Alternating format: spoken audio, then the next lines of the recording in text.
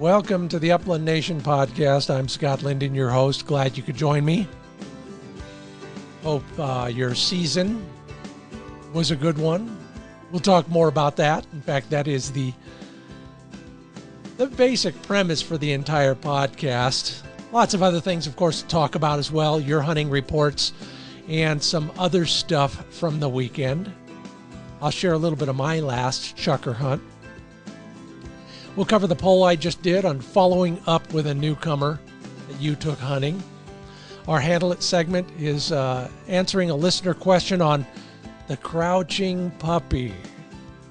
And our public access segment will delineate some of the information sources you may not have thought about that could be of value to you as you plan next season.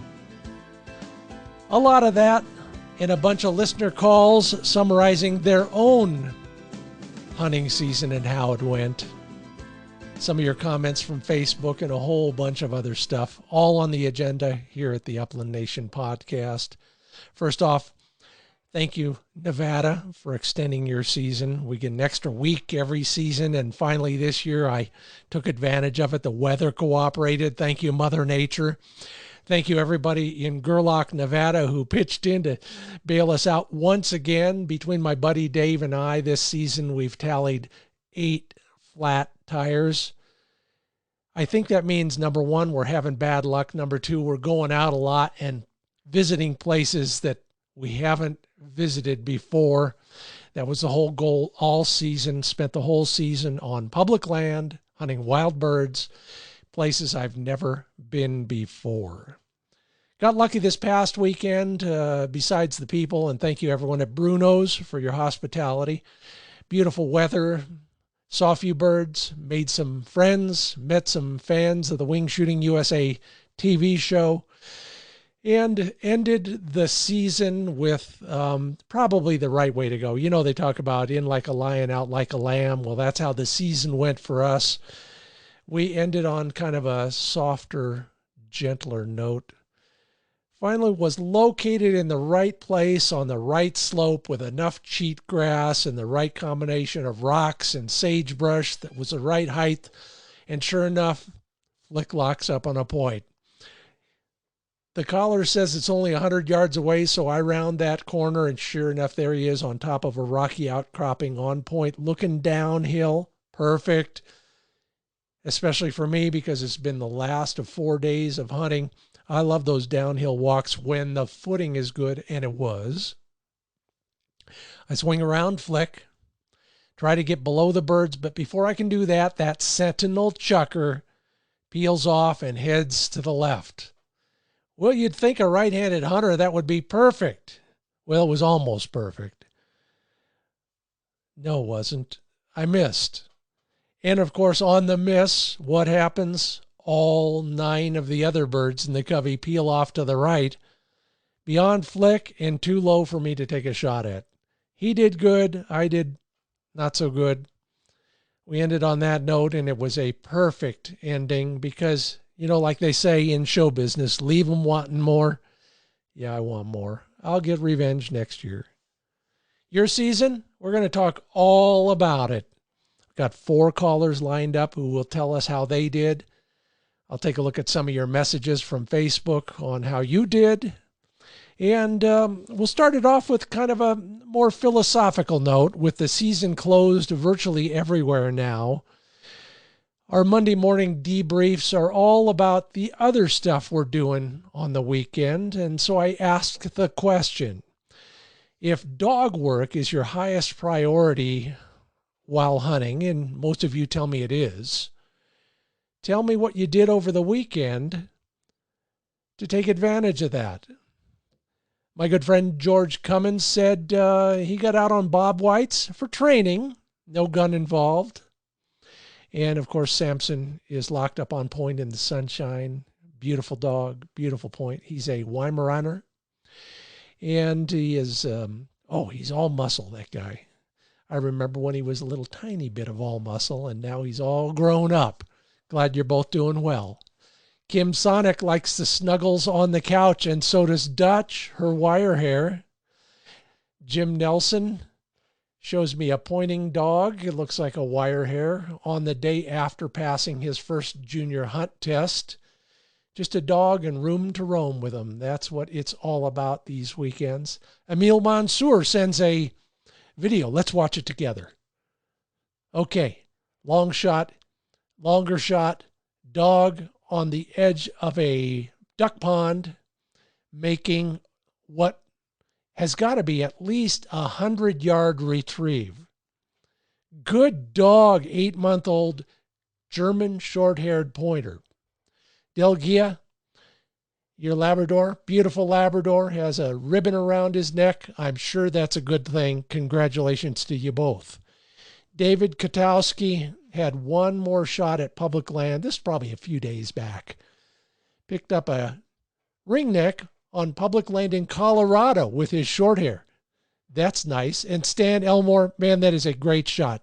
Two buddies relaxing in the shade in Arizona. Where else? Beautiful shot. I hope you had a good time. Scott Fuller concludes our report on the weekend with the phrase that will be our mantra for the next few months at least. Keep on training. All right, good job, everybody. Sure enjoyed all of that. And next week, of course, another question that goes a little bit deeper than hunting reports. I hope you enjoy those. Show me your pictures. Give me your summaries of what you're doing in those areas. More to come on that. This part of the Upland Nation podcast is brought to you by Sage and Breaker Gun Care products crafted at the highest caliber. Free shipping always. Gift cards available. Yep. If you're looking for something to take care of your gun and you want something that will last a lifetime and then be passed on, my friend Fred Bohm at Sage and Breaker has products for you.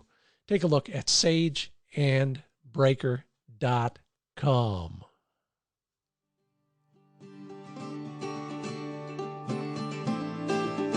Yeah, so it was a good one, wasn't it?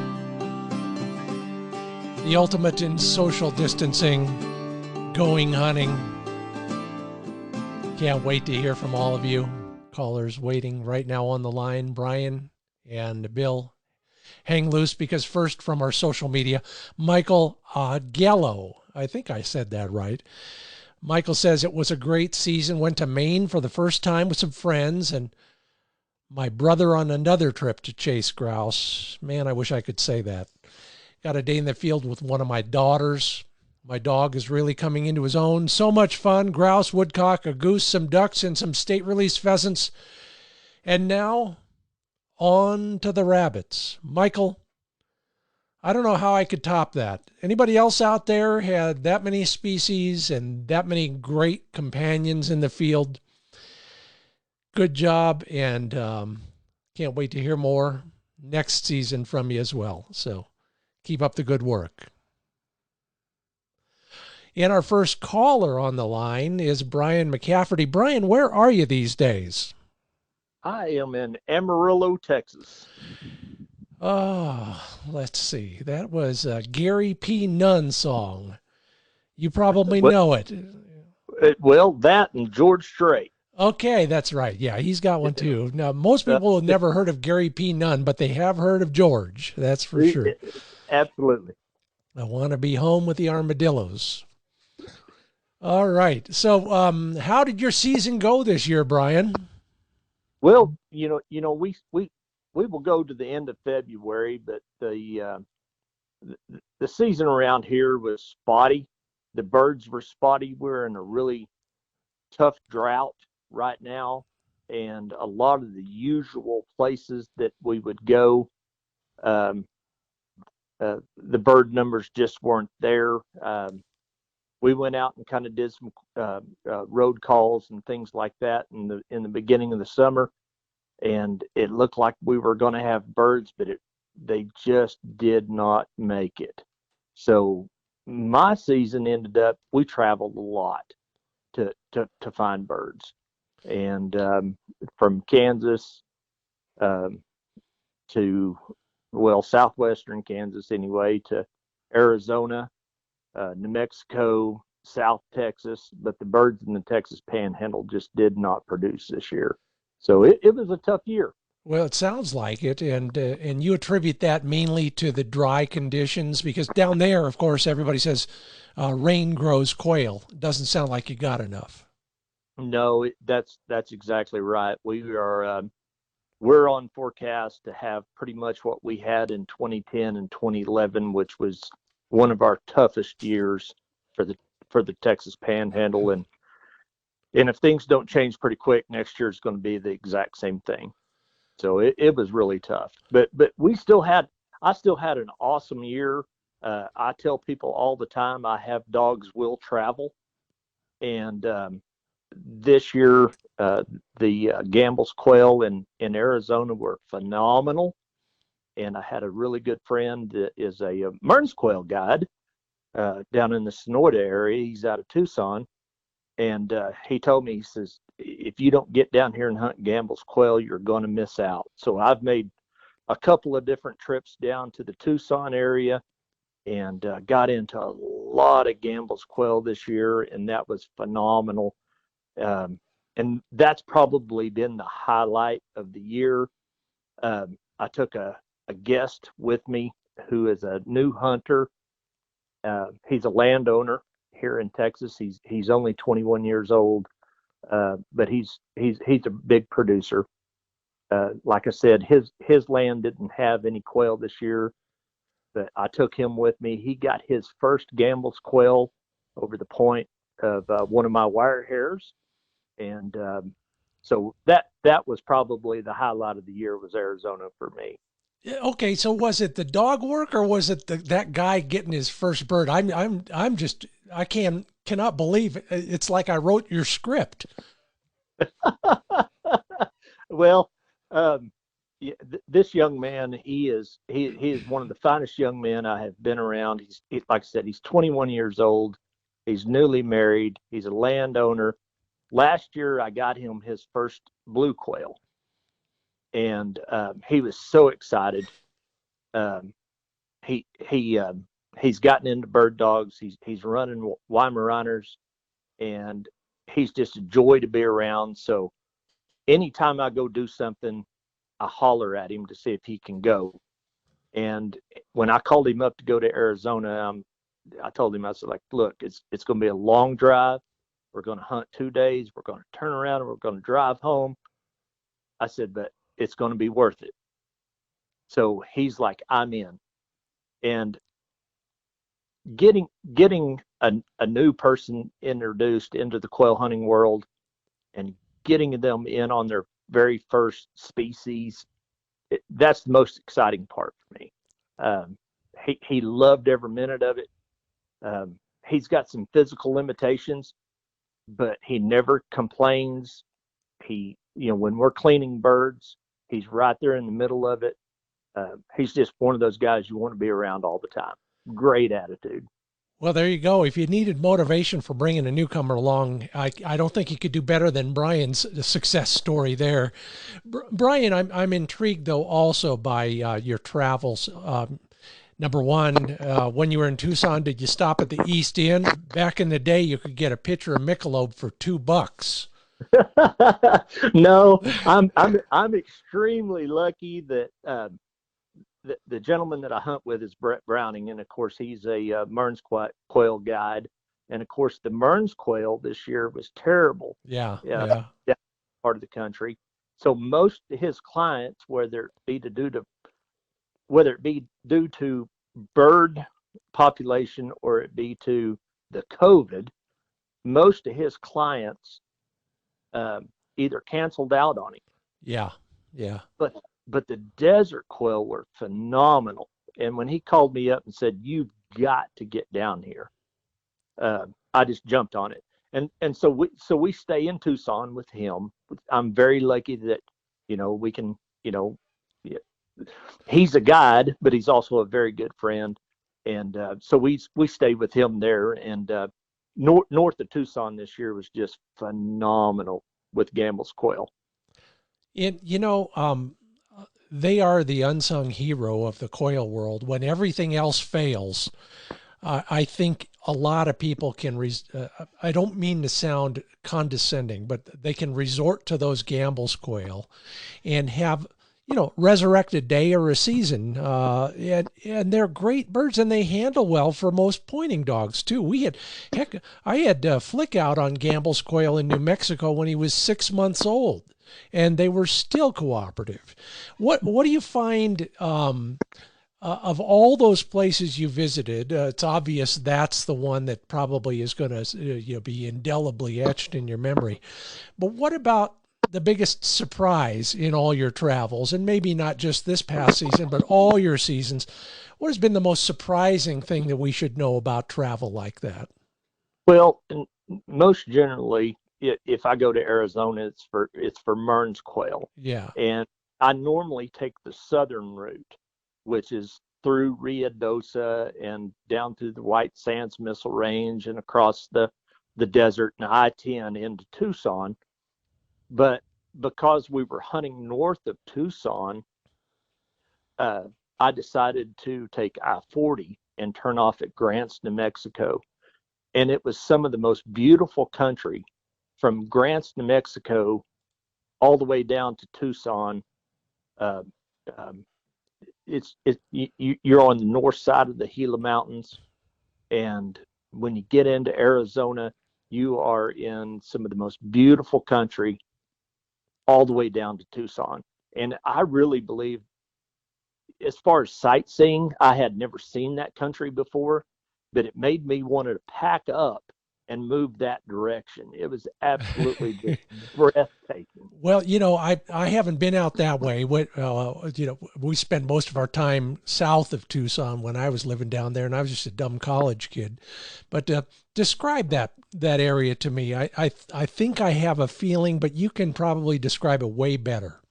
Well, and it's you are in some type of national forest from the time that you leave New Mexico and you get into Arizona. There's the Tonto National Forest, and there is pine trees like you would see in the Colorados or northern New Mexico. Just absolutely beautiful mountains with big, huge pine trees. And as you descend down onto the desert floor, the topography changes, and of course, everything, the trees, the plants, uh, the landscape changes. And it takes about, maybe 2 hours, maybe 2.5 hours, 3 hours to get down there to Tucson. But just the change in the mountains and the topography and the plant life it's just amazing. It is absolutely gorgeous. Well, I can imagine a Texan would probably get real excited about big trees. I'm living in them now, so I don't need to worry about that part. How'd your dogs do? All of my wire hairs did really well this year. It's funny that you and we I followed you over the years through different TV shows. I'm from Cast and Blast. Oh my God. Yeah, yeah, exactly. Um, Oh, all the way till current. Um, in fact, I think your first dogs, or one of your first dogs that you had on TV, his name was Buddy, yep. and Buddy was the same age as my dog Melba, who passed away 2 years ago, and she lived to be 15, so that would have been Wow. about 17 years ago. And then you had Manny, Mm-hmm. and I have a dog named Millie, who is she's Deutsch Drathar. We Yep. brought her over. We brought her over from Germany, and she's a 12-year-old now. And it takes a little more to get her going, and but she still finds birds um, like nobody's business. She's still awesome dog. And then I have a 3-year-old named Annabelle, and Annabelle is my up and coming flick, so to speak.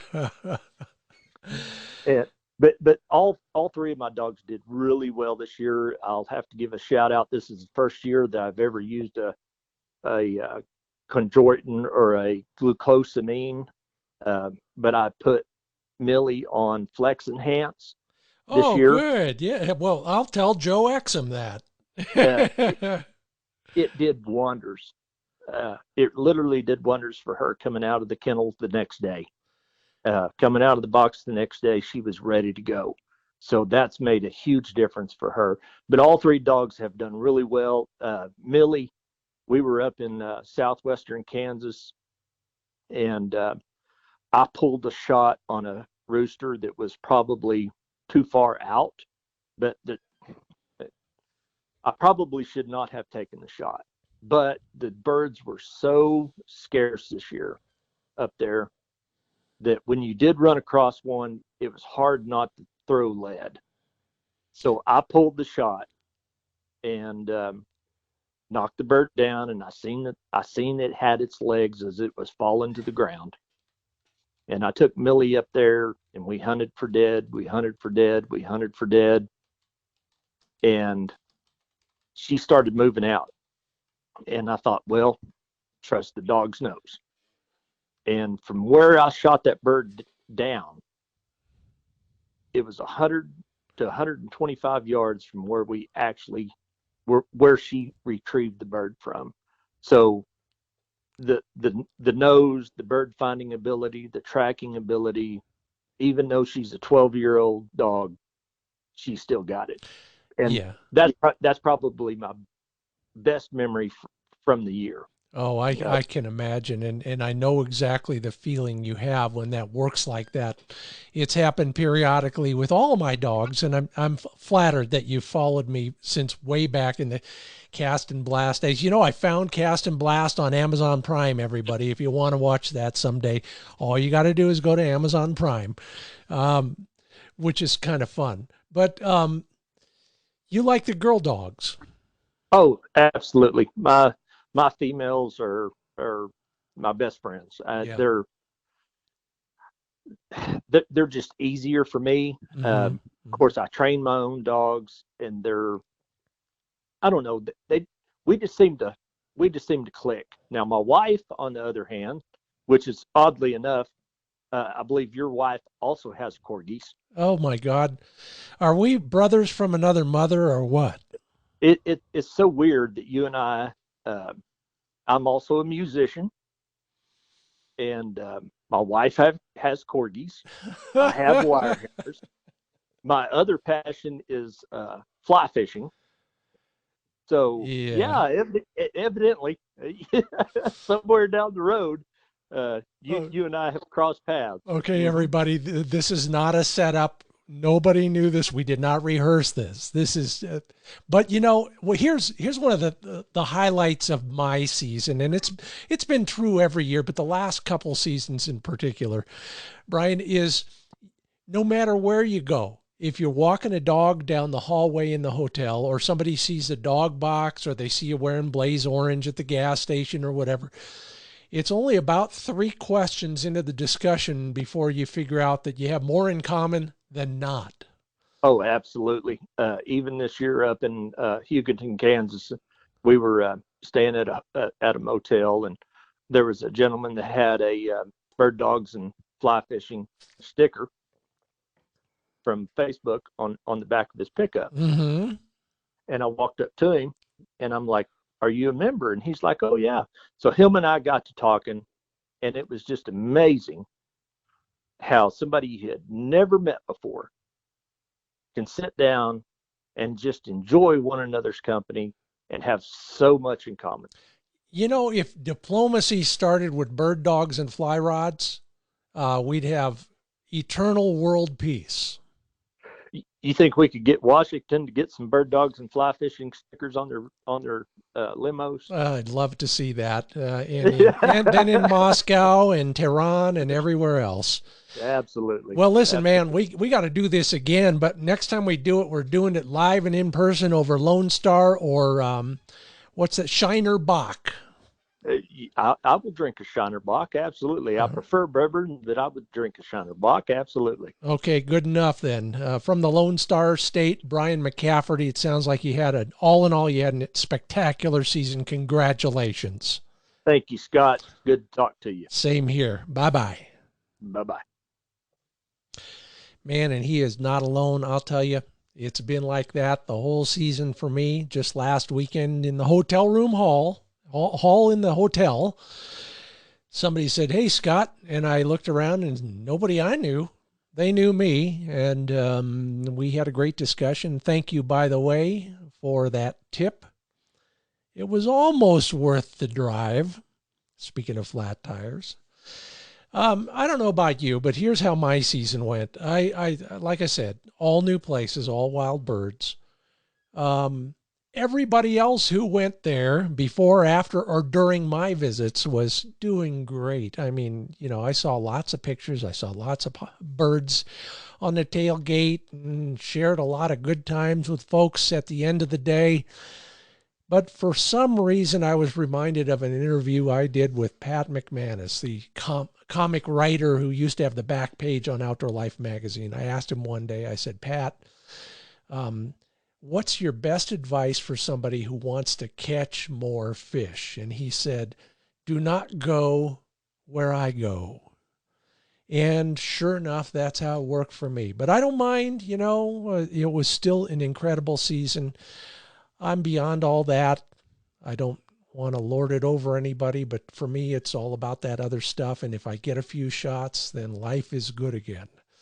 Rob Abir tells me on our social media, on the Wing Shooting USA Facebook page, he says he had the best season in years, and the photos prove it. Boy, do they ever. All right. Well, let's get back to the calls because I sure am enjoying finding out more about how everybody else did. Maybe that's how I'm going to get it this off season. And joining me on the line, Bill Knapp. Where are you calling from, Bill? I am calling from the Arctic Milwaukee, Wisconsin. It's 10 below right now. Yeah, boy, I'm knocking wood as you say that. We've had that. In fact, I was just at a place where the first time we were there, it got down to 12 below. And I was a little trepidatious about that. But this year, just the opposite. It got up to 57 degrees on Sunday afternoon. We quit a little early for that reason. Still had a great time. But this is not about me. It's about Bill. Bill, Yeah. How was your bird hunting season? I had my best season ever. I'm a Lutheran pastor. I had 12 weddings this fall. They all canceled, and I feel bad about that part of it. But I got out North Dakota twice, South Dakota for prairie chicken, South Dakota again for pheasant.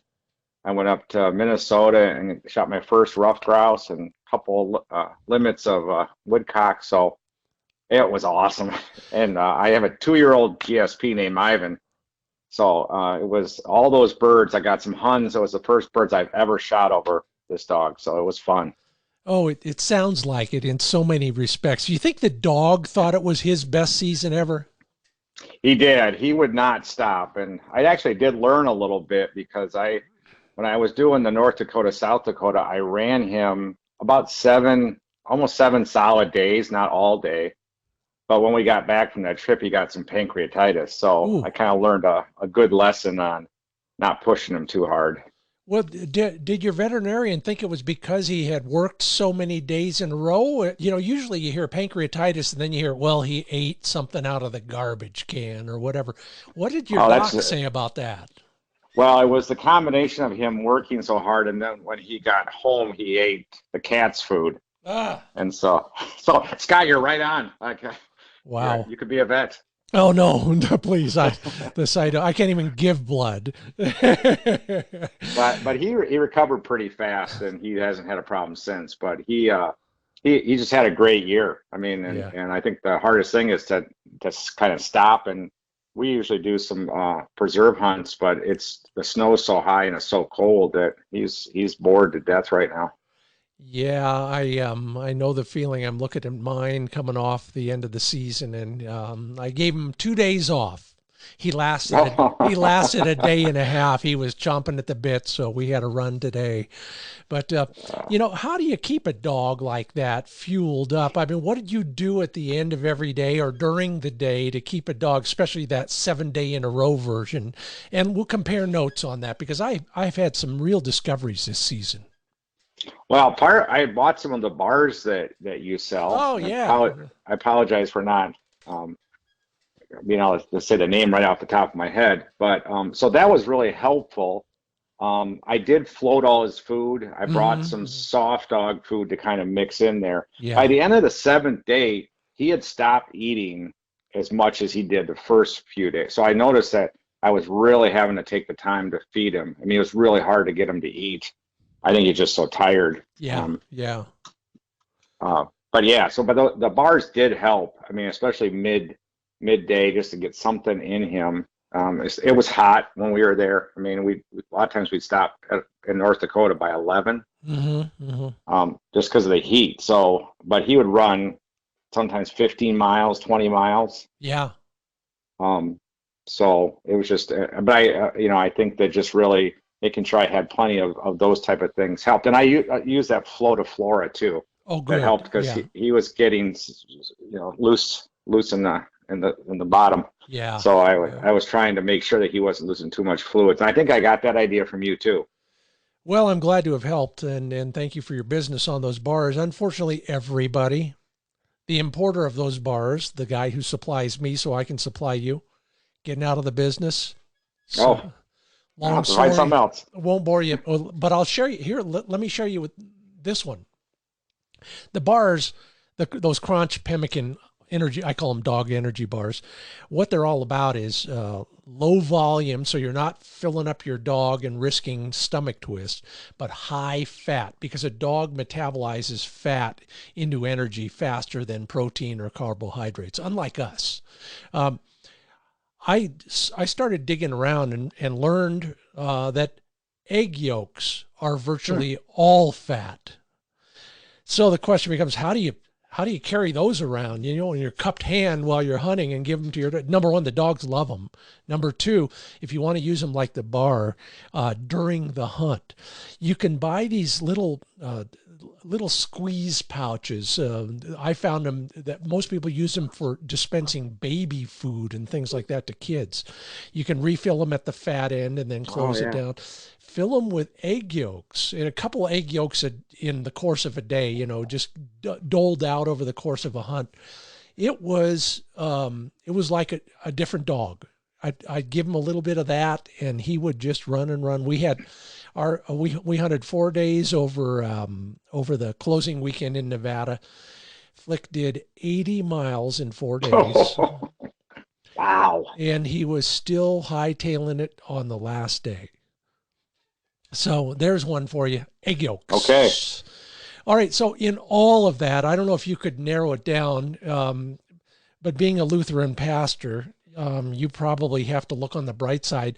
Could you just tell us what your highlight of highlights was? I think that it was North Dakota, and my dog Ivan had pinned a covey of huns. And there were the guys I were hunting with were on a high ground around me, so they were watching me, which is a lot of pressure. and the covey went up, and I have a over and under a Rosini, and I shot 2, and then I reloaded, and I only could get 1 shell in, and the rest of the covey rose, and I put the gun together and shot, and I got a triple, limited out in huns. So an over and under, I don't know what you call that. Unnatural triple or whatever, but it was just a beautiful day. It was that golden hour at the end of the night. A lot of great guys, and just great dog work, and it's a holy place for me. Being out, I know you agree. It is incredible. It's where I recharge. I can walk 8 miles and feel full of energy just from being out in those beautiful places. Yeah, no, I don't say this to everybody, but amen to that. And you're an expert on holy places, so you would know. Without giving us any secret spots, whereabouts were you in North Dakota? We're in the northwest corner, so kind of close, a couple hours from Plentywood out. Yeah. And I was out in Montana the year before and had a horrible year because it was so wet and none of the crops were out, and we saw a ton of birds out there. So that and just beautiful country, great people. So yeah, awesome. Absolutely. There's nothing better than the folks in some of those really small towns. They understand all that. And I'm just going to tell you one more time, get it off my chest. Everybody out there, remember that when you go to those small towns, hunting is economic development. So spend some money in the local tavern. We'll talk more about that in the public access segment. But anyway, of all of the things that happened to you this season, what was the biggest surprise? I think the biggest surprise for me having a new dog was to trust my dog. I would say that's my biggest learning this year is that I figured out I was overhandling him too much. I was just I was just so and when I just let him go, he knows what he's doing. I've done a good job training him. So that was the biggest aha for me, was just to trust him. And so, and to let him, follow his nose, not where I'm thinking he should go. Well, you said something that really caught my ear, and that is you acquired that trust in him from training him. You're too humble to say it, but you trained him well. What do you think you did that instilled that trust in him? I just think that it developed. I have a great NAVDA chapter, so one of the joys for my summer was just spending, every other Tuesday training with the chapter and just doing that repetition. I had English pointers before, and didn't spend nearly as much time as I spent with this dog, and so we really know each other. And through all that NAVDA training, it's been really great for me. And it's going to continue. So we're going to try to hit UT this next fall. So we'll see how it goes. Yeah, good luck. And even if you don't make the test, or even if you have a bad day on test day, it's all the journey up to that point that really does exactly what you've just described. It makes you and your dog a unit. And that is, that's going to be my next book instead of the foreword to my last book. But anyway, what are you going to do different next year to make, what do you do for an encore after a season like that? I'm already planning. I'm just trying to, I think that, I'm gonna give up rough grouse hunting. I think I'm done with that. It wasn't my favorite. So I think I'm gonna spend some more time out on the prairie. And I'd love to go get a sage grouse. That's in Wyoming. We'll see. I have the weddings unfortunately have doubled up, so I have 17 weddings now from June through October, November. So I've got it's like almost every weekend. So I've got to figure that out. So no, but just I'm going to try to get out as much as I can, and I think I'm going to take some time off in between. If I go for a week, I got to take a day off. I'd learn that too. I can't just go pound every day. Yeah, everybody. Yeah, I mean, you also lose focus. For example, you did 7 in a row. The longest hunt I ever did this fall was 5 days of hunting in a row. And in the middle of that, a half a day would have been a good idea to just put your feet up and relax, and the dog would say, thank you. Right. And it seems like he wants to go. Yeah. But he always wants to go. And so I've got to be the adult and say, what, we got to chill out today. So. Well, I hope you get your sage grouse. Keep us posted on that. It's always good to talk with somebody who's, got a younger dog and it's like a new adventure. So thanks for being a part of the Upland Nation, Bill, and maybe I'll see you down the road sometime. Sounds good, Scott. Take care. Thank you for everything. You're welcome. Yeah, you're listening to the Upland Nation podcast. I'm Scott Linden, having a great time talking about our season. Maybe we'll do that again down the road. Give you a few weeks to let it marinate, and then bring a few more callers back on the line to talk about the highlights and the lowlights and all the fantastic things that happen to us when we get out there in God's country. I can say that. He's a Lutheran pastor. He's got me on that riff. I can say that. We can all believe in whatever we believe in, but when you're out there, that's what it's all about. You don't have to go to church. You can go to the prairies or the forests or the duck marsh for that matter. Okay, so I've asked the question, how's your season going? And our friend of the show, George Cummins, said it was awesome. He got to a new state. He made some new friends, a new journey in so many ways, and I know what you mean, George. Hope all is well. Me, it was all about kind of honoring Flick. He's kind of matured. He's still a puppy at heart, but he did a lot of miles this year, and his health was extremely good. I've taken really good care of him, considering I don't know what the hell I'm doing most of the time, but think I did a pretty good job. I'll talk more about that in the future and how we might continue to keep that dog on, functioning, firing on all 8 cylinders, maybe 9 if we get lucky next season. All right, plenty more to come. We've still got our Handle It segment on dog training and care, and then the public access segment called This Land is Your Land. But first, a few messages. Dr. Tim's Performance Dog Food. If you want to learn more about him, go to drtims.com. With the season over, maybe it's time to take stock. I mentioned Flick doing 80 miles last weekend.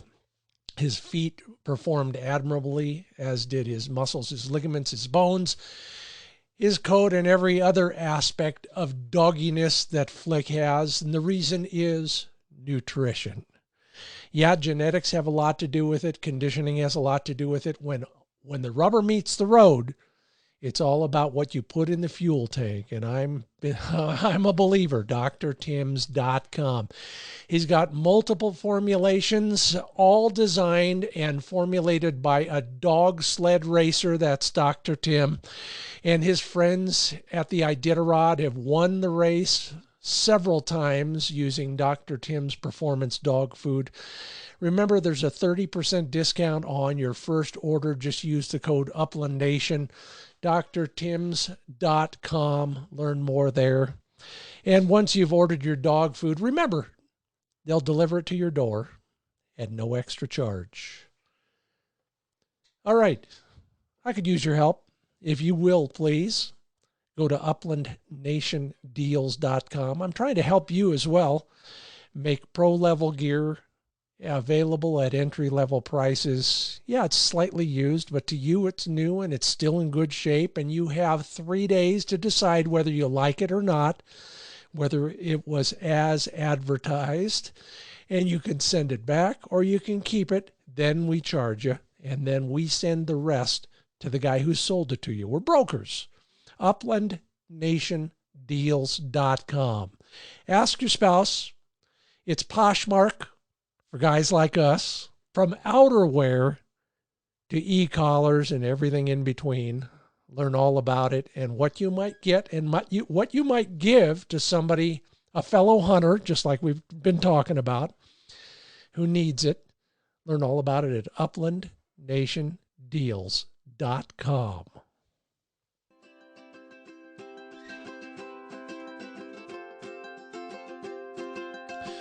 Woo!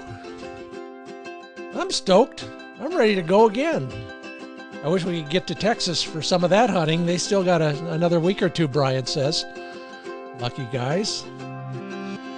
But now it's time to talk about dogs and dog care and dog training, sponsored by HappyJackInc.com. Handle It segment. Happy Jack Dog care remedies, everything for skin, coat, pads, fleas and ticks, parasites inside and out, you name it. HappyJackInc.com. Learn what they're doing out there. You heard about the Flex Enhance Brian is using on his old wire hairs. Well, that's just one more testimonial for Happy Jack products. You know, I get these questions, and this is a great one. Kevin asked this question on our social media pages. Kevin says he has a 10-month-old pup that is crouching on point. Now, he does everything well, but sometimes on planted birds, he crouches real low, almost lies down. Of course, that's where the term setter came from, but we'll go into that some other day. He never put him on a whoa post, but did pick him up and set him down and say, whoa, pretty early in this puppy's career. That was the clue to me. So my answer to you, Kevin, and anybody else who has a dog that maybe becomes a little timid when you're training on planted birds, it may be your style, not his. He may just grow out of it. He's only 10 months old, first off, but you may have to lighten up a bit in training. Let the dog train himself a little bit more. Maybe you can use a launcher so that instead of screaming at him or yanking on that check cord, you just fly the bird and he can't get it, and poof, eventually he'll figure it out. He might think he can get closer on those birds if he creeps in, just like when we used to play Army. Maybe that's part of it too. But again, a bird launcher and a check cord, a softer voice, more gentle actions, no punishment, just positive reinforcement, or not allowing him to catch the birds until he does it right. That might just do the trick. Good luck to you, Kevin.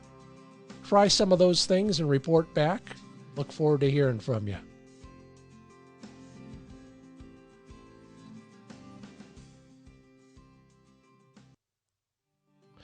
Yeah, so it's back to the phones here at the Upland Nation podcast. I'm Scott Linden, your host, and on the other end of the line, from one of my favorite area codes, by the way, Patrick Mobley. Welcome to the Upland Nation podcast. About where are you out there? I live in north central North Dakota in a town called Minot. Coldest place in America most years. I think it is tonight. One of my bosses came from there many careers ago, and all he wanted to do was get anywhere souther than Minot. So you have my sympathy, and I guess it's living up to its reputation, isn't it? Yeah, you bet. It's definitely cold. Well, good luck on that. But that means probably your season is well and truly over. But besides the cold right about now, Patrick, how did your hunting season go? It was really good. Like we talked about the last time, we had all those carryover birds and they had a successful hatch. So every time I got out, it was pretty good hunting. How do you describe pretty good hunting, though? Everybody has their own version of that. Sure. Getting out for the day, just making good bird contacts, and there isn't the most birds around here, but having a shot at your limit most days, I would classify it. Mm-hmm. Mm-hmm. And what were you mostly hunting? Were you mostly hunting around your place, or did you get out at all? Mostly around my place here. This isn't the greatest bird area, but we did make 3 or 4 trips over to that northwest corner. And then when our season was over, we made a couple trips down to South Dakota with the extended season. That's right. You guys, when do you actually end compared to South Dakota? South Dakota's now going till the end of January, I think. But you guys are a little shorter? Yeah, we were over January 3rd this year, I believe. Okay, well, smart move then. And did it pay off? I'm just curious to get some more debriefs on South Dakota's bird numbers. What's your take on that? I think they were very similar to North Dakota from what I saw. A lot of birds on the horizon down there. It was really good. Nice. What kind of dogs you running these days? Running Labrador Retrievers. What do we call them if they're not pointing labs? Just plain old labs? You probably call them all sorts of things depending on how they're working for you. But a real Labrador, would that be safe? Yeah, for sure. Okay, all right, good. And how are they holding up? Did they have was their season as good as yours? It was. I had one new recruit, so it was his first season, and he did really well. I have a dog that's about 6, and she's pretty notorious for tangling around with porcupines, and we made it through the whole season without that happening, so that was really good. I'm cringing right now. I'm thinking about I'm thinking about a raccoon in some cattails, and I hope we never go through that again. Well, good. And if you had to define one highlight in the whole season, could you narrow it down, or are there too many to name? There's probably too many to name, but Whoa. there was a day where we went out where it was me and my partner that I usually hunt with, and we were expecting a long day, and we just got lucky on the stuff we picked, and it ended super early, and we had nice weather, so that was a good one. You know, it's funny. I probably warn everybody out who has to spend time in my truck over a very similar day I had a few years back. It was going so well. This is a valley quail hunt I was doing in Chucker country, but the quail were cooperative. The dog was doing great. I'm sitting here looking at, almost a limit, and that never happens to me. So the first thing I'm thinking is, oh man, a sprint to the finish line. Then I thought, no, you cannot top that. So I packed it in, fed the dog, drove to the camp spot, got out, poured a whiskey, and watched a 5-point buck come down to the lake and drink while a coyote was putting the stalk on a bunch of geese on the other end of the lake. You cannot top that. What you guys do after that? Anything like that? No, I think we neither one of us are good photographers, but we spent some extra time trying to take good pictures. Yeah. Of yourselves or of the dogs or of all of the above plus a big pile of birds? We usually try and stay out of the photos, so just the dogs and the birds. Nice. I love it. Well, that's great. Now, so next season, how are you going to top it? I mean, geez, what do you do next? Are you going to travel more, or you got another destination maybe? I've really been wanting to shoot a sage grouse, and I went over to Montana this year, and we made it about 20 feet out into the sage and bumped into a rattlesnake. He didn't bite my dog, but it kind of ended our trip. Oh, so man. yeah. Gonna try it again next year, maybe a couple weeks later than we tried this year. It's funny. I think if I took, maybe I'll make that a poll in the newsletter, because everybody wants to shoot a sage grouse. And yes, that is the risk you run. And I mean, I don't go for that very reason. And it's true no matter where you're going. Even beautiful Montana, but you also know the Dakotas. Besides rattlers, you got cactus, you got porcupines, you got all sorts of things that will make you cringe. That's for sure. Yeah. If you had to narrow it down to one thing that you learned this year, what would it be? Well, I think that my buddy runs a French Brittany and a small Munsterlander, and I guess we always had reservations that it wouldn't work out with the pointer and flusher thing, but I think they can really work well together, probably better than we thought. And as they've gotten a little more mature, it's definitely a benefit to have different types of dogs out there. How did you guys do it? We all know the standard approach is you keep your Labradors at heel and wait till a dog hits a point and then send them in. Or did you guys do it differently? Well, through trial and error, I think when we're walking something linear like a tree row, he'll keep his French Brit, which has a little more range on it. We'll usually keep him in the kennel and have the small Munsterlander out with us. And then when we're walking bigger patches of cover, we'll do like some planned attacks where we kind of separate and then move back towards each other. Yeah. You bring up, you use the term planned attack, which I'm going to have to steal for next year, by the way.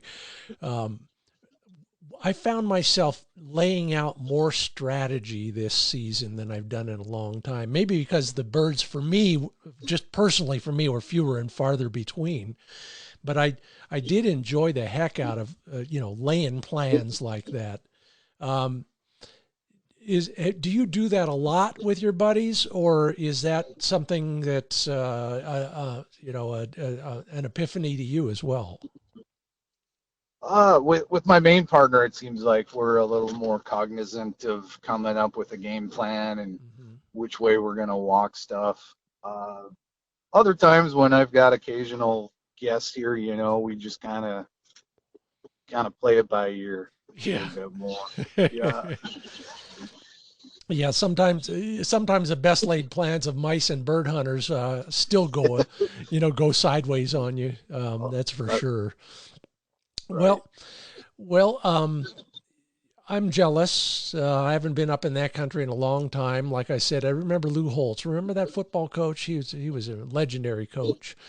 Yeah, back in the day when USA Today was a brand new newspaper concept, he said, that country up there by Minot, it's always the dark blue on the weather maps in USA Today. But you're living the dream up there right about now, I guess. So the best thing I can do is hope that your power stays on and that everybody stays warm. It was great talking with you, Patrick. Thanks so much for being a part of the Upland Nation podcast. You bet. Take care, Scott. You too. A lot more to come here at the Upland Nation podcast. Some more comments, another caller. Reese, hang on. We'll get to you in just a few minutes. In the meanwhile, a couple things here that might be of interest to you. Every week in the Upland Nation Insights newsletter that I email to a lot of you, I ask a poll, a question, a survey, and, it really provides some insights. Number one, I use that information when I'm trying to pull together the podcast or the TV show or even what to write about in the magazines, but it's also just fascinating to see how people think about certain questions and issues. A couple weeks ago, I asked you if you did take a newcomer hunting this season, and I was very pleased with the number of people who said they did. And then in another survey a while back, I asked how many times you went, and a lot of people take a lot of newcomers more than once during the season. You all deserve gold medals for that. But for 5 years, I've been given the speech about how, one youth hunt or one introduction or play day or anything else is not going to make a hunter. It's a long process, and it takes months, if not years, and that means a commitment from the mentor to do something on a regular basis with the new hunter. Nice to see some other folks in the industry finally glomming on to that, from the National Shooting Sports Foundation to Pheasants Forever and some of their initiatives. And you too. This week's question was, if you took a newcomer hunting this season, will you follow up with them somehow? And 83% of you said yes. Good on you. Glad to hear it. You never know what might come out of that. New friendship, new places, somebody who's willing to drive you when you're too old and crotchety to drive yourself and they took your license away, whatever it is. There are myriad benefits to making a new hunter and making the commitment to make a new hunter. So keep it up. Public access coming up as well, but first a few more calls. Let's see, at least one here. Yeah, call, and then I have some comments from the Facebook page. So let's go back to the phones. Yeah, so we're going a little bit farther afield than we've been just now, over to the 423 area code. Reese Chambers, welcome to the Upland Nation podcast. How you doing? Scott, I'm doing just fine. How about yourself? I cannot complain. Look at us. We're talking hunting, and even if we can't go, we can talk about it. It's kind of like porn. If you can't do it, at least you can watch somebody else. Okay. Whoops. I'm sorry. I don't know you well enough to kind of use those kind of analogies, but I just did anyway. And that's what people said about my TV show too. So whereabouts are you, Reese? Well, I base out of Ringgold, Georgia. That's where I live full time, and then I spend the bird season up in Kansas. No kidding. And whereabouts out there? Because I know that country a little bit. Well, it's the geographic center of the state. Is where my house is located.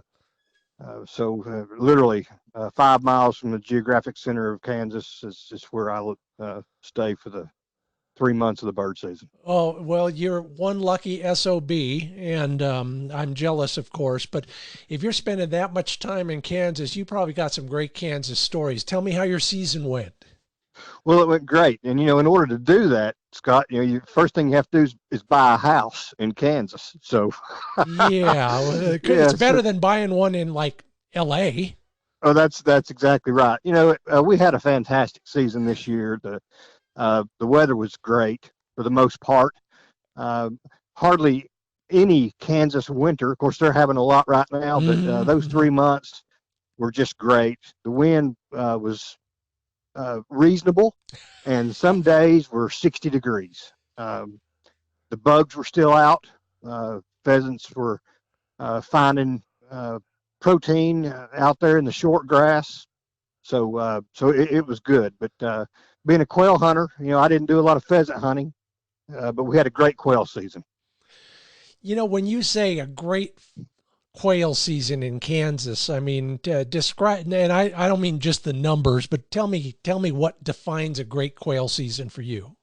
Well, and then that's it's personal for everybody. So for me, it's the I've got 9 German Shorthairs. So the ability to get out almost every day and to find birds. So I'm not out there killing birds. I've killed enough birds for my lifetime, and they're more important to me alive. I'll find them in a couple of weeks if they're not any good in my game bag. I'll kill a few to eat. So you put your time in and you do the walking, and if I find 3, 4, 5 coveys in a day, that's a really good day. Some days might be a 7 covey day, and then there's those days that are 1 or 2 coveys. But if you're when you hunt the whole season, it really makes a difference. Instead of somebody coming out there for 3 days and just getting what they get, you could have 3 days that are just really crappy. Yeah, I think I had those 3 days over and over again. But I'm like you, I've killed enough birds, and I'm just happy to be out there. And I got to ask you, with nine short hairs, dog management has got to be a real priority for you. I mean, from feeding to exercising to rotating dogs in and out. How do you do all that? What is your master plan? Well, when we're talking about 9 dogs, they run the gamut from two puppies that turned a year old in December of this year to my oldest dog being 13. The next dog would be 11, and then I've got 5 that are 8. So, you run a couple of dogs a day, and they get 2 or 3 days off. You try to keep them healthy. It's imperative for my dogs to eat. When you got 9 dogs, you really don't have time to go back because Rover didn't eat his supper tonight. They need to eat when the food is down, and my dogs do that. So getting that nutrition in them, keeping them hydrated, and just making sure that they're healthy. Barbed wire is king out there in Kansas, and so if you're hunting the whole season, it is inevitable that these dogs are getting chewed up, and you just hope that it's not bad enough to have to go to the vet. And we did well this year. No vet trips, and that was good. Everything that happened to them, I was able to manage on my own.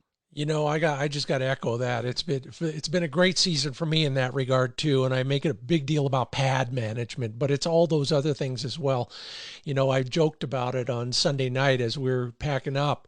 I said nobody got shot, nobody had to go to the veterinarian, and nobody's even limping at the end of this season. So I know how you feel about that, but I want to get back to the feeding thing again, because it's one of those things I'm big on. How do you get your dogs to eat every night? Well, I think that just goes back to raising them from puppies. Yeah. We when the food goes down, it's time to eat, and if they don't eat, then the food goes up. They get the understanding pretty quick that that's the routine, and so they eat.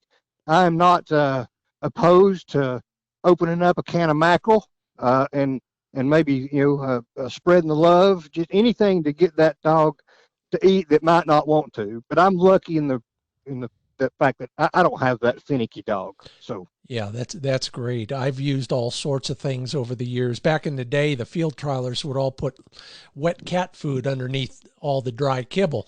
Now we got a million other things, store bought and otherwise. I've become a big believer in the Little Caesar style wet dog food. It stinks just enough to get a dog's attention when he would rather be sleeping. Well, mackerel's going on my list, though. I mean, you talk about stink. You got it there. That's well, for sure. and it's good for them too. Yeah, yeah. There's plenty of calories there, and I think for me, when I'm running a bunch of dogs and I'm managing a lot of dogs, nothing makes another dog eat better than another dog.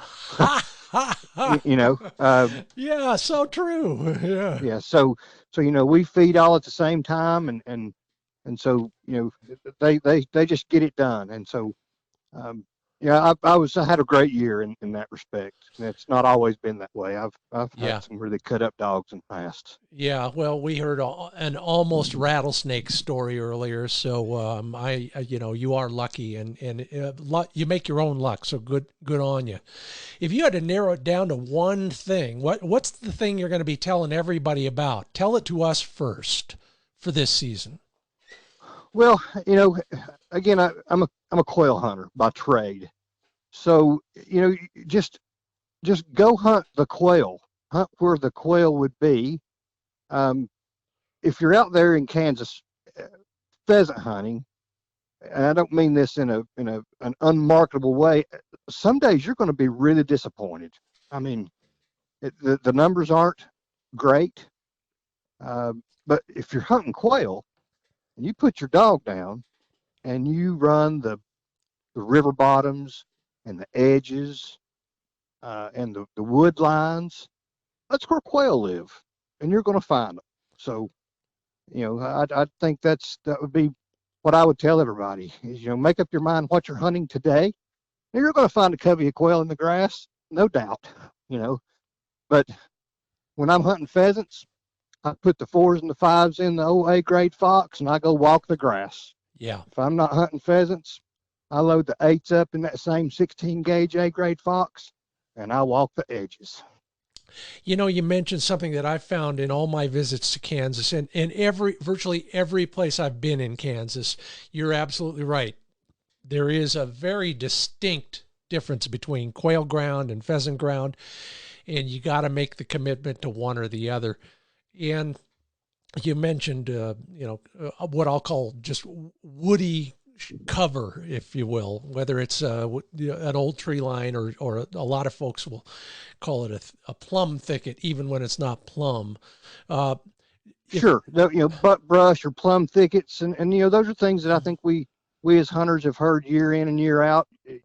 And so, if you're in the grass and you see that thicket, that butt brush, that plum thicket, whatever it would be, you've got to go check that out. That dog needs to go by that plum thicket because they just love to lay there. Tell me why you chose Kansas over South Dakota, Montana, or all those other places you could have bought a house and gone to for 3 months every season. Well, that was just luck of family. My brother owned that house, and they deer hunted out of it for years. They would hunt the rut and then come back to Tennessee, and I would go out at that time for a week if I could get a week off. And when it came, the opportunity arose to buy that house, I jumped on it. Oh yeah, yeah. So you've been out there a while. You've been doing this for a while out there. I have, yeah. So were you out that season where you had a blizzard, an earthquake, and what else did you have? Blizzard, earthquake, and some other natural tornado out in western Kansas, all in the same season. Certainly, and you see it all when just like any other place that you go year after year. Some things seem normal, and bad weather can certainly seem normal in Kansas. And we just, again, we didn't have that this year. It seemed like the snows were either north of us or south of us. We wouldn't get any snow, and southern Kansas and Oklahoma would get a foot. Yep. So it was just it was really phenomenal. Reese Chambers leading a charmed life. You're listening to the Upland Nation podcast. I'm Scott Linden. I'm jealous too, by the way. You Yeah, know, you can come out anytime, Scott. You thank know, you. I rent 3 bedrooms upstairs in that house to folks that have a bird dog. I So love it. that's the prerequisite. You know, you come, you got to have a bird dog. You DIY, hunt that public ground around there. You know, wherever you want to go, and so you know, come on out. Thank you. And what I ought to do is I ought to make a note of that, and I will, because I need a Kansas fix next season, and got a lot of friends out there, as everybody who talks to me knows. So, and now I have another one. Thank you very much. That's right. Now, if you were going to narrow it down to the day that will live in your memory at least until next season, how would you describe that day to me? Well, that was my 2 pups. Like I said, I got 2 short hairs out of my 11-year-old dog. Who that's my traveler dog is the 11-year-old. His grandfather was a 2-time national gun dog champion, field trial champion. He's a Hall of Fame dog called Mosgard's R&B Rhythm and Blues. So I've been breeding dogs off of him for quite a while. They turned 1-year-old in December, and to see those dogs pointing and backing each other, and just doing what I've asked them to do all summer long, and all that hard work that we put in every day, that it just doesn't get any better than that. And the ability to load that old Dixie, my 13-year-old, up every day. Of course, I didn't run her every day, but I promised her I would take her every day, and she loaded in my truck with that joy that only a bird dog has. Yeah. It just you know, I mean, that just gets me. That, you know, just the ability to do those things with those old dogs and those dogs coming up. It's for me, it's what makes the tradition of bird hunting so important. Yeah, I know exactly what you mean. I remember hunting my old dog with a young dog. I remember, well, hell, 2 days ago hunting with an old Labrador. He's still got a season or 2 left in him, but you know, you start thinking about all the things. Well, we won't even talk about those, but spectacular. And Scott, I think we all probably have at least that old collar, maybe in our curio cabinet, or those ashes of our dogs gone by, and so, you know, they don't last forever, and we should love them the whole time that we're here.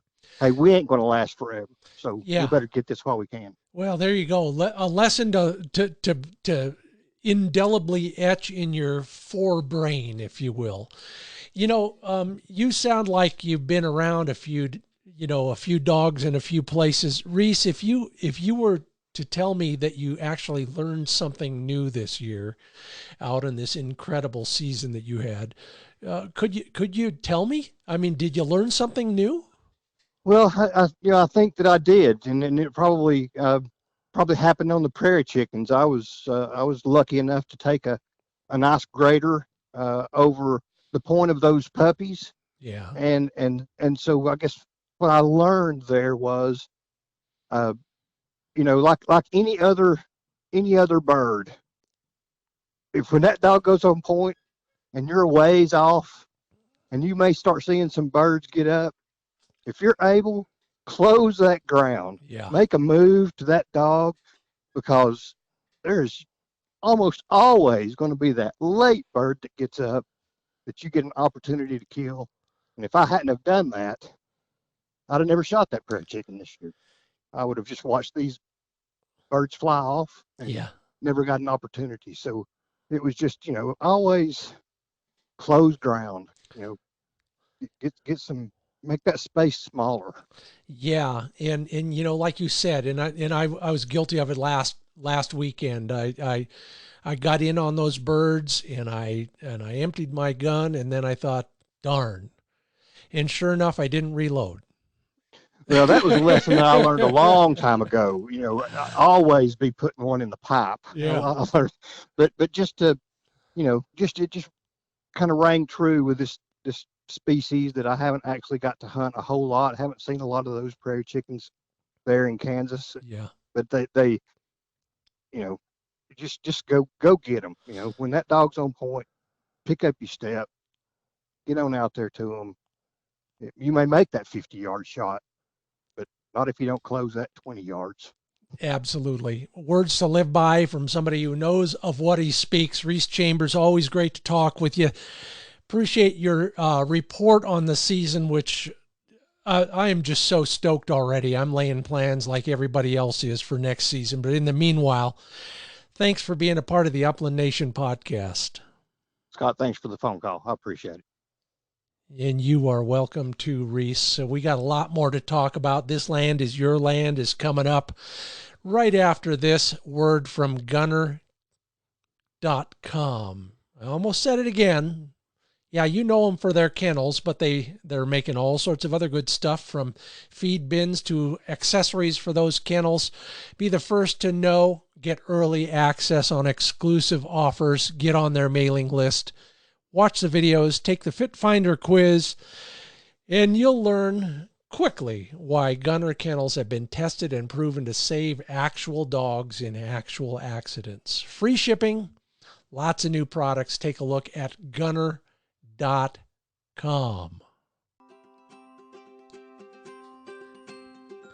You know, I bet the Woody Guthrie version of This Land is Your Land is now in the public domain. Maybe I'll dig it up and we'll use it for this segment. And if you don't know who Woody Guthrie is, Google him. This Land is Your Land is brought to you by FindBirdHuntingSpots.com. That's my new website on all things public ground access, places to hunt, advice on how to get permission, and, of course, how can we neglect the dogs? Training and care advice for your dog.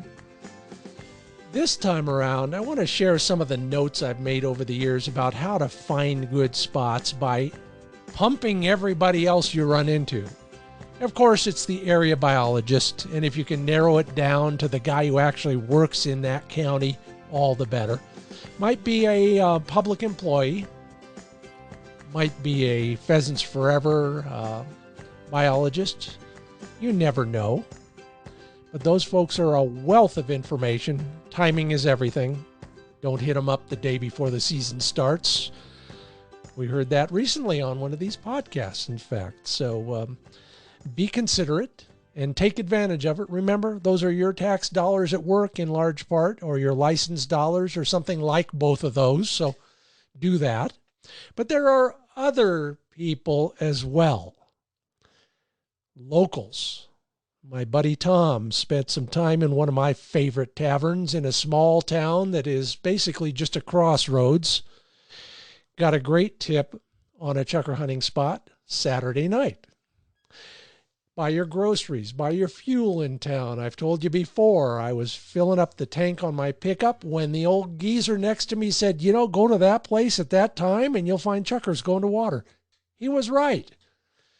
Ask for advice whenever somebody asks you about hunting and what you're doing there. Talk to rural mail carriers and school bus drivers, game wardens. In hunt country, especially in the Midwest, chambers of commerce or visitor centers or places like that often have some pretty useful advice, especially when it comes to showing you where some of that public access ground is. So, if you need help, there's people out there willing to do it. As I've said before, and I'll say again, in most of those areas, hunting is economic development. They want you to succeed. Some people more than others. Take everything with a grain of salt. Be prepared for anything. And good luck out there. Finally, one more quick reminder. If you got something to sell or something to buy, go to uplandnationdeals.com. Pro-level gear at entry-level prices, because we're basically swapping it out. You got something I want something you got, etc., whatever it is. It's all at uplandnationdeals.com. Well, I hope you had a good time hearing about all of our hunting seasons. Maybe it'll help you relive some of the highlights from your own season. Share them with somebody else. We're going to have a big campfire around here in a couple of weeks. Bring everybody in who is comfortable and swap stories about how our season went. Looking forward to that. Ben, Mark, James, everybody else, mark your calendars soon. Thank you for listening to the Upland Nation podcast. Tell your friends. Please rate or review us on Apple Podcasts. And spread the word. We're now on iHeartRadio as well. Want to talk in between now and next week? Go to the Wing Shooting USA or the Upland Nation Facebook pages. Our quote this week comes from Roger Karras, great writer. You might know him most as the announcer at the Westminster most years. No longer, of course, but thank you, Roger, for all your great educational insights, including this one. Roger says, dogs have given us their absolute all. We are the center of their universe. We are the focus of their love and faith and trust. They serve us in return for scraps. It is without a doubt the best deal man has ever made. Thanks for listening. I'm Scott Linden. See you in the field.